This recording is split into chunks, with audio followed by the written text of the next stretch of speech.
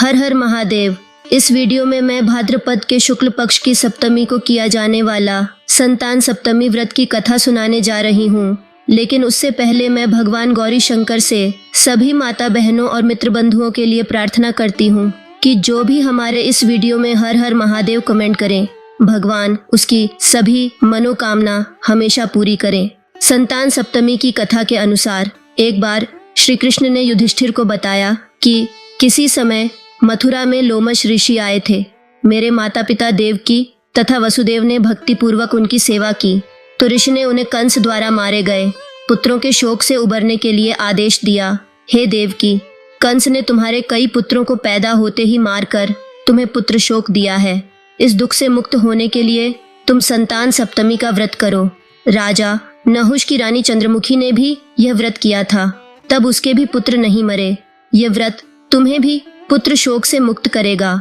माता देवकी ने पूछा, हे देव, मुझे व्रत का पूरा विधि विधान बताने की कृपा करें ताकि मैं विधि पूर्वक व्रत संपन्न करूं।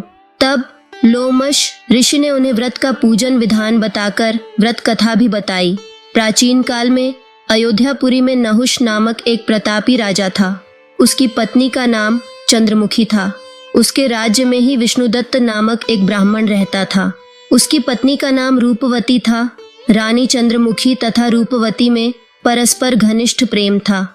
एक दिन वे दोनों सरयू में स्नान करने गईं। वहां अन्य स्त्रियां भी स्नान कर रही थीं। उन स्त्रियों ने वहीं भगवान शिव पार्वती की प्रतिमा बनाकर विधि पूर्वक उनका पूजन किया। तब रानी चंद्रमुखी तथा रूपवती ने उन स्त्रियों से पूजन का नाम तथा विधि पूछी। उन स्त्रियों में से एक ने बताया, हमने माता पार्वती सहित शिव जी की पूजा की है। भगवान शिव का डोरा बांधकर हमने संकल्प किया है कि जब तक जीवित रहेंगी तब तक यह व्रत करती रहेंगी। यह मुक्ताभरण व्रत सुख तथा संतान देने वाला है। उस व्रत के विषय में बात सुनकर उन दोनों सखियों ने भी जीवन पर्यंत इस व्रत को करने का संकल्प करके शिव जी के नाम का डोरा बांध लिया। किंतु घर पहुंचने पर वे संकल्प को भूल गईं। फलस्वरूप मृत्यु के पश्चात रानी वानरी तथा ब्राह्मणी मुर्गी की योनि में पैदा हुईं। कालांतर में दोनों पशु योनि छोड़कर पुनः मनुष्य योनि में आईं। चंद्रमुखी मथुरा के राजा पृथ्वीनाथ की रानी बनी तथा रूपवती ने फिर एक ब्राह्मण के घर जन्म लिया। इस जन्म में रानी का नाम ईश्वरी था तथा ब्राह्मणी का नाम भूषणा था। भूषणा का विवाह राजपुरोहित अग्निमुखी के साथ हुआ। इस जन्म में भी उन दोनों सखियों में बड़ा प्रेम हो गया। व्रत भूलने के कारण ही रानी ईश्वरी इस जन्म में भी संतान सुख से वंचित रही।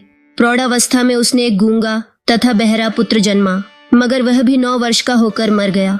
भूषणा ने व्रत को याद रखा था, इसलिए उसके गर्भ से सुंदर तथा स्वस्थ 8 पुत्रों ने जन्म लिया। रानी ईश्वरी के पुत्र शोक की संवेदना के लिए एक दिन भूषणा उससे मिलने गई। भूषणा को उसके पुत्रों के साथ देखते ही रानी ईश्वरी के मन में ईर्ष्या पैदा हुई। उसने भूषणा को विदा करके उसके पुत्रों को भोजन के लिए बुलाया और भोजन में विष मिला दिया। परंतु भूषणा के व्रत के प्रभाव से उनका बाल भी बांका न हुआ। इससे रानी को और भी अधिक क्रोध आया। उसने अपने नौकरों को आज्ञा दी कि भूषणा के पुत्रों को पूजा के बहाने यमुना के किनारे ले जाकर गहरे जल में धकेल दिया जाए। किंतु भगवान शिव और माता पार्वती की कृपा से इस बार भी भूषणा के बालक व्रत के प्रभाव से बच गए। परिणामतः रानी ने झल्लादों को बुलाकर आज्ञा दी कि ब्राह्मण बालकों को वध स्थल पर ले जाकर मार डालो। किंतु झल्लादों द्वारा कई प्रयास करने पर भी बालक न मर सके। यह समाचार सुनकर रानी को आश्चर्य हुआ। उसने भूषणा को बुलाकर सारी बात बताई और फिर क्षमा याचना करके उससे पूछा, किस कारण तुम्हारे बच्चे नहीं मर पाए? भूषणा बोली, क्या आपको पूर्व जन्म की बात स्मरण नहीं है? रानी ने आश्चर्य से कहा, नहीं, मुझे तो कुछ याद नहीं है।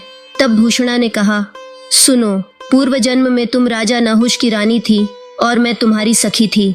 हम दोनों ने एक बार भगवान शिव का डोरा बांधकर संकल्प किया था कि जीवन पर्यंत संतान सप्तमी का व्रत किया करेंगी। किंतु दुर्भाग्यवश हम भूल गईं और व्रत की अवहेलना होने के कारण विभिन्न योनियों में जन्म लेती हुई अब फिर मनुष्य जन्म को प्राप्त हुई है। अब मुझे उस व्रत की याद हो आई थी, इसलिए मैंने व्रत किया। उसी के प्रभाव से आप मेरे पुत्रों को चाहकर भी न मरवा सकी। यह सब सुनकर रानी ईश्वरी ने भी विधि पूर्वक संतान सुख देने वाला यह मुक्ताभरण व्रत रखा। तब व्रत के प्रभाव से रानी पुनः गर्भवती हुई और एक सुंदर बालक को जन्म दिया। उसी समय से पुत्र प्राप्ति और संतान की रक्षा के लिए यह व्रत प्रचलित है।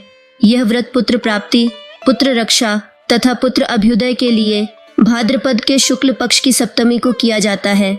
संतान सप्तमी व्रत को मुक्ताभरण भी कहते हैं। बोले गौरी शंकर भगवान की जय।